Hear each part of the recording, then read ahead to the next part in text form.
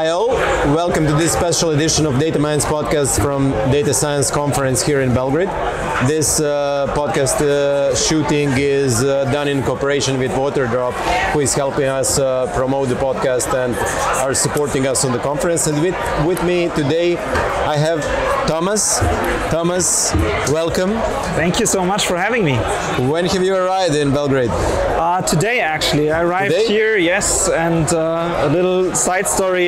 Yesterday I had a great meeting in Germany with a potential customer who's doing some amazing AI stuff. And I took the train home and I slept only 1 hour. So maybe you can get some interesting facts out of it. Let's try to wake you up, but I hope you have decent hotel tonight so you can sleep. Huh? I'm staying right here, and I actually heard that this Waterdrop has coffee in it, so I'm really looking forward to that. Substitute for coffee. That's great. Can you share a bit about yourself and your company, maybe with the audience? So I'm Thomas. Fairly young, I think, for a founder, 33 years old. But I have the great luck that I have two other founders. Also one called Thomas and one called Michael, who are a bit older, in their mid-50s. And they have been around the AI world for decades, actually. Thomas is one of the professors in the Technical University of Munich, and he was one of the first people globally to develop GPU software. Oh, nice. And from that starting point, back in 2006, you have to imagine nobody knew NVIDIA apart from maybe some gamers. So they were very interested in him developing GPU software, and they told him, hey, maybe you can also sell our GPU accelerated cards, and that was the starting point. So Amber may have been founded only 2 years ago, but actually Fluidyna, the company from Thomas, has been founded 16 years ago and has been one of the, let's say, founding fathers as well in this area of NVIDIA's growth. And Thomas is actually friends with Jensen, which is pretty cool. And from there we developed a very strong foundation within Europe. We're well known at NVIDIA, and let's say we have had some success in participating in the NVIDIA success story as well in the last few years. I personally have been a what is it called in English? Economics, computer science student at the Technical University as well. Did my bachelor, did my master's, and then from there I basically immediately went into sales jobs, combining tech and trying to improve old processes at the beginning. Retail stores, for example, using AI to recognize what people are buying and to improve the sales of the stores. And from there, my way went to Amber somehow, being one of the leading NVIDIA elite partners in Europe. Before we dive into technical topics and what you're doing in Amber, you triggered me when you said there are 3 founders and basically you are like 15 years younger than the other 2. Yes. How does that work with the clash of generation? Are you the one who is pulling all the work and they're advising, or because I have similar shareholding structure in SmartCat as well, where we have 2 guys who are really in late 50s and the rest of us are younger, and we have, this is good, but it can be bad in some situations. Exactly. I would totally agree. I would say I'm much more open to risk than the other 2, for example. But on the other hand, they have a huge amount of experience they could get back onto. So I think it was really checks and balances. So they kept me in check at some points, but then I pushed them towards growing faster, checking out new markets. I would not say that I'm the workhorse. I would say the others are doing just as much as me, and everybody has their own strengths and weaknesses. I think for us it works really well. There has been critical moments within our company history, but nothing you couldn't get through if you actually work on it together, which is important, I think, for every founding team. And I think I'm very happy with the balance we have. That's a good balance. Energy meets experience, probably, right? Exactly, yes. Great, and I think majority of us are just clicking on Amazon, Azure, GCP, and getting some instances, CPU, GPU, and just deploying our applications. Can you share a bit how one data center becomes reality? How one data center becomes reality is a in Germany, for example, or in Europe, it's a long process. Globally seen, it goes much quicker in the US, in Asia, in the Middle East, because there a lot of people with money and governments have understood that AI will shape society and industries in basically every way or form that you can imagine. Now we have two different aspects here. We have AWS. Hyperscalers are not bad. Hyperscalers are perfectly fine. They have their target audience. They have the people they need to meet. For example, for a lot of startups, it's a good way to go with startups. Use their inception startup programs. Get started in the field because owning a system, operating a system, it is expensive and it is a lot of technical expertise needed. Of course, we, for example, help with this, but you need to be at a certain point of, let's say, development within your own company to ensure that you have both the funds and the need for the hardware investment, for example, or to have a longer running managed service agreement, for example. What does it give you? If you own it, the total cost of ownership is much lower. Over 3 years, you will save an enormous amount of money. You can say, for example, roughly after 18 months of using a hyperscaler, you could own the infrastructure and run it for 3 years. Roughly. So if you know you have a baseline that you will need, then owning it makes sense. On the other hand, you know where your data is. And this will get much becoming more important topic, right? We are living in crazy times. We have a new US government on the other side. You don't know what kind of compliance regulations will still be followed on there. So you, especially on the big customers we have, enterprises, their IP is their lifeblood. And they have to make sure it's not being lost, being used somewhere else. So that's why a lot of customers, they had this cloud-first approach. For AI now, they're slowly coming back as well. So you see companies starting with private cloud. Yes, we're seeing a pendulum swing coming back. It's also triggered by the EU, for example. We have the AI Act here. We have to make sure that certain data is being processed in certain ways. So there is this regulation need as well, on the other hand. And do you see, I can imagine that majority of the cases are still migrations, where company starts, reaches product market fit with the software, realize that scaling will be really expensive on Amazon AWS or something like that, and then they start thinking about alternatives and they come to you, right? If they're at that point, then they really hurt already. They're hurt, right? Yes, because the data is already there and they need to get their data back, and that will usually cost them basically a year of running the cluster on AWS again, just to get their data out, for example. So we actually see a lot of, for the bigger customers at least, for the enterprises, we see a lot of research teams having their own on-prem production kind of research clusters where they really focus on getting the work done.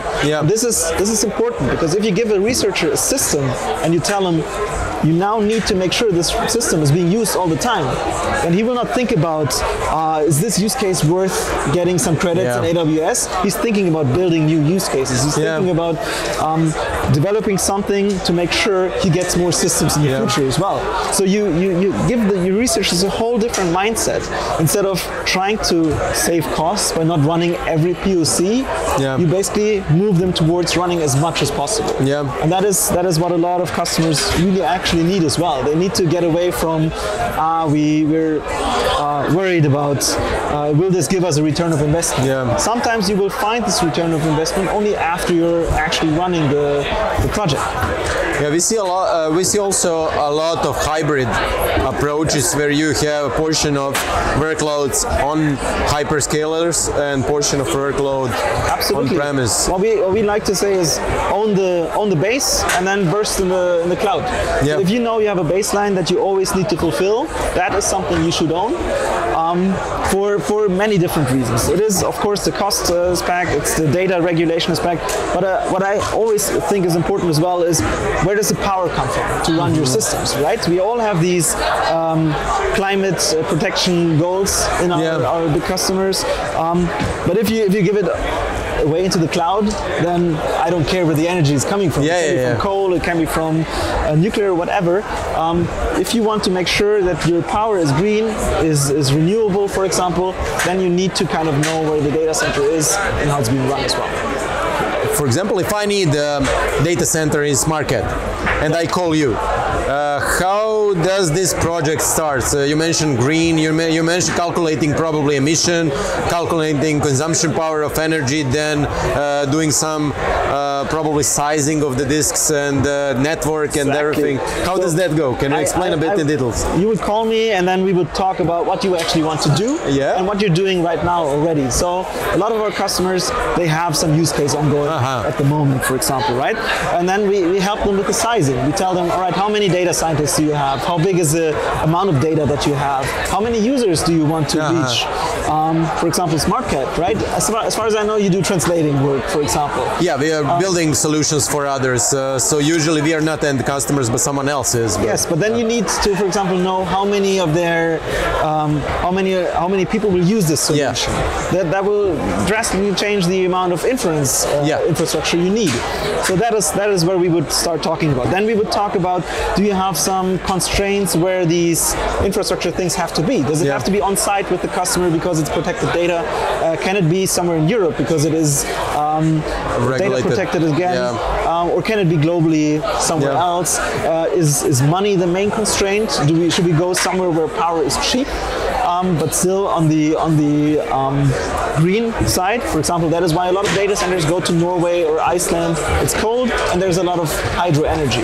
So we see a lot of customers who say, yes, it's fine if the data is there, they will go there. So that's some of the things we would talk about. Sizing, where do you want to go? How do you want to scale? You never want to touch a cluster that you started with and then take it down and change the networking, for example. That takes on the whole production of the system and loses you a huge amount of money. So we always think into the future, where do you want to go? What are the use cases? How can we help? You mentioned that, if I'm not mistaken, in 18 months pretty much you can reach the same TCO, TCO. What is the situation in hardware and GPUs right now, because there is hyper development, right? How long is the cycle where your hardware that you are buying is good for workloads that we have, because in both in consumption and in hardware development there are really good a lot of innovation, right? They don't want to invest a lot of money and then after a year they have old systems again, right? But the general rule of thumb is roughly 3 years.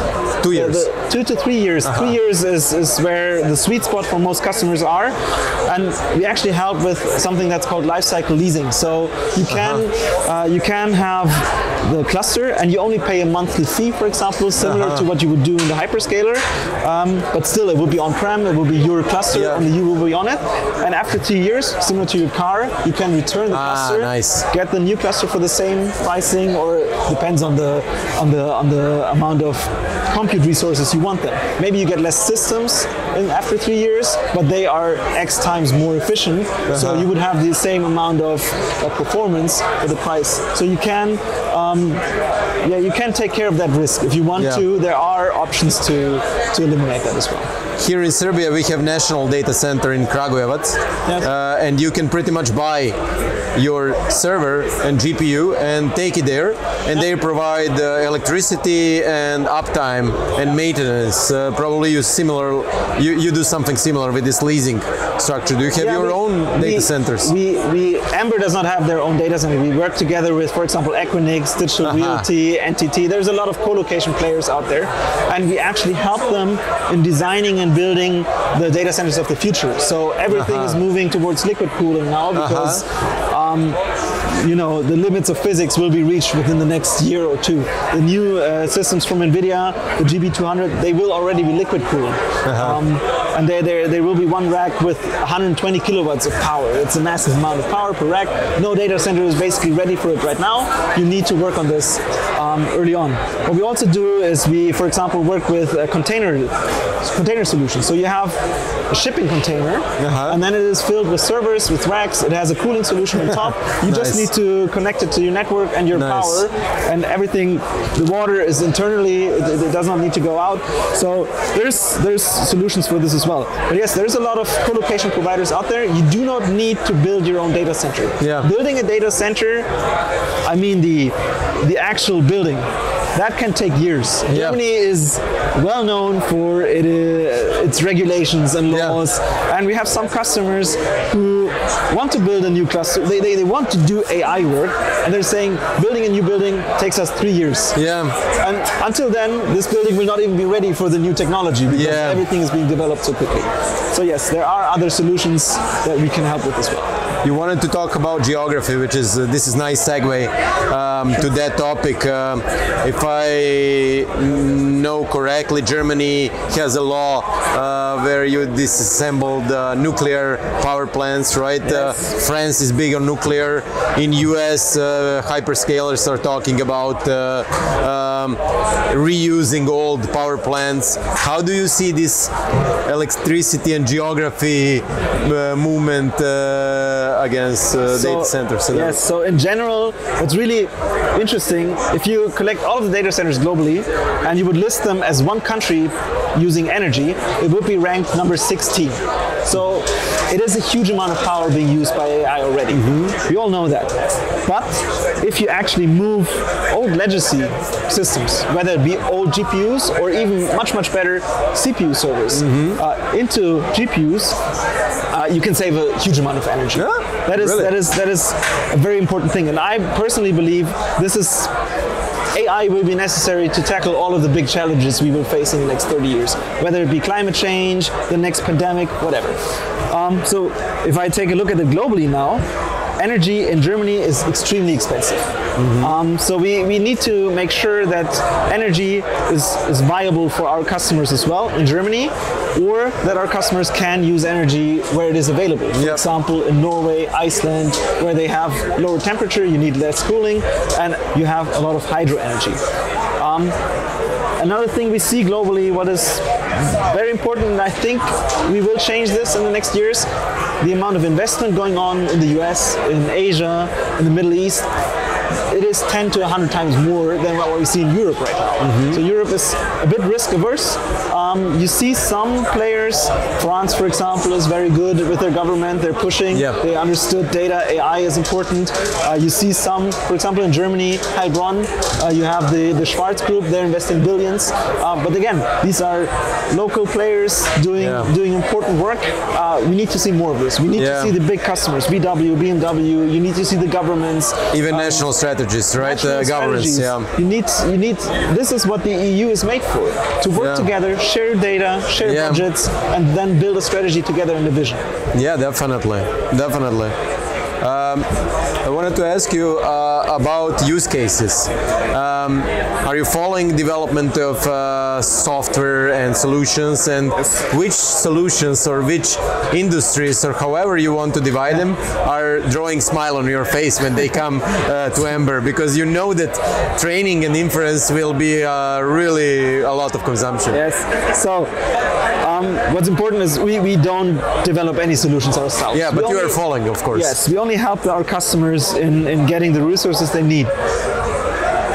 What's almost being seen as AI everywhere right now is Gen AI. But Gen AI is not the entirety of an AI. No. If someone comes with a Gen AI use case to me and says he wants to train a foundational or even just fine-tune a model, that makes me smile, of course, because I know he will need a lot of resources to run it, and he will need a lot of inferencing to actually use it on the customer base he has.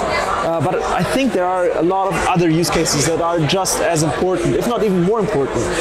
I love everything computer vision related, for example. That's great. I wanted to mention that. Yeah.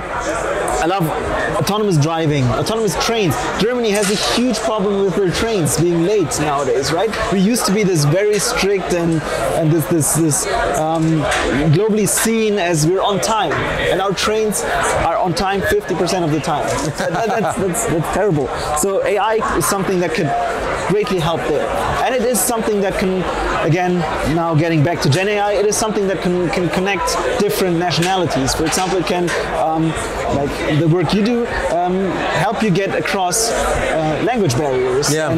And for example, getting into new country, getting a chatbot from the government to help you with different regulations, processes, whatever. There's a lot there. What I personally have seen great movement in the last year has been robotics. So there has been a lot of synthetic data generation, a lot of simulation going on in the robotic world, a lot of investment there as well. And I think that will, again, change society in not 5 years, but in 10 years. Probably it will be a mix between data center and doing stuff on servers and edge computing directly in robot, right? There's edge devices as well, being at the factory, being in cars, being on the robots, very small GPUs. It doesn't even have to be, we're an NVIDIA lead partner and we love NVIDIA, but there are other chips that are very niche that can do something very well. And they're very small, can be right there on the edge. Silo AI, for example, is something we saw here in Europe. Of course, if you want to be more general, if you want your infrastructure to be able to do everything, then GPUs from NVIDIA are the way to go, because that's what they can do.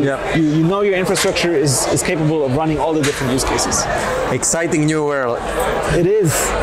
Is there something that I haven't asked you and you wanted to talk about, or you would like to catch up on sleep? And no, thank you. Actually, you woke me up greatly. We did good for your 1 hour sleep night before, right? Yes, I think your questions really woke me up. That was great. Water drop has been great as well. It tastes amazing, so I like that, and the caffeine is also great. I think everything Amber related, NVIDIA, AI related, we've touched upon.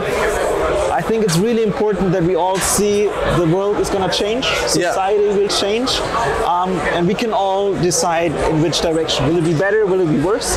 I don't mean that AI will take over the world and hurt us, but we need to see how it will affect our jobs, how it will affect our society, how it will affect our day-to-day life. And I think that is something that I personally am very interested in.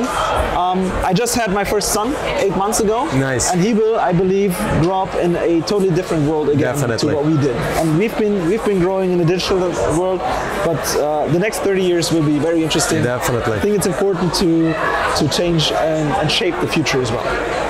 Thanks, Thomas, for stopping by and sharing your story. Since you ended up on a positive note, on the other side is a Smarket booth where you are throwing small balls in different like bottles. One of them is optimist, the other is skeptic, etc., etc. Make sure to throw your ball in optimist part, so we have analytics who stopped by our booth. And enjoy the conference, enjoy Belgrade, have sleep tonight, so you have more. Thank you so much for having me. I think it was a great talk. Whenever you need me again, I'd love to be. Thank you. Thanks.